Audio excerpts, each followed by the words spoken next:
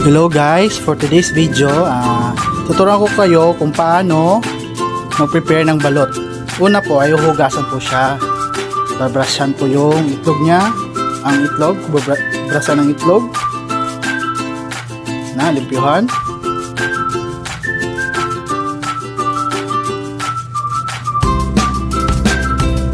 Dapat malimpyuhan ko siya tanan para dili hugaw inig ka display nimo magilo-ilo pa siya na ako na siya gi sungab boto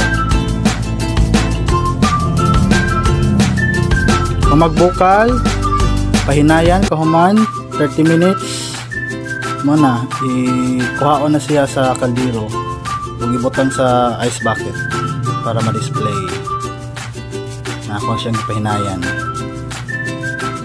And then, mauna ni siya ron guys. Ako na siyang nabutang. O, i-display na sa gawas kay maninda na ang public. Thank you for watching guys.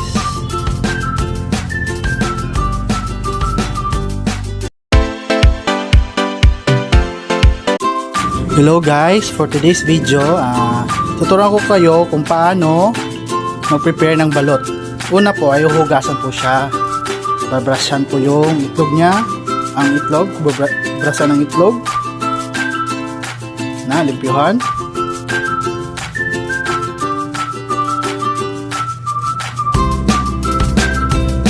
Dapat malimpyuhan ko siya tanan para dili hugaw inig ka display nimo magilo-ilo pa siya na ako na siya gi sungab boto.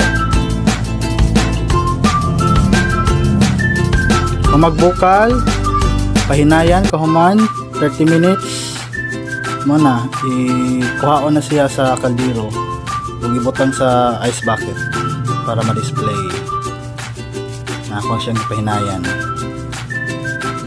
And then mauna ni siya ron guys. Ako na siyang nabutang o i-display na sa gawas kay maninda na ang public. Thank you for watching guys.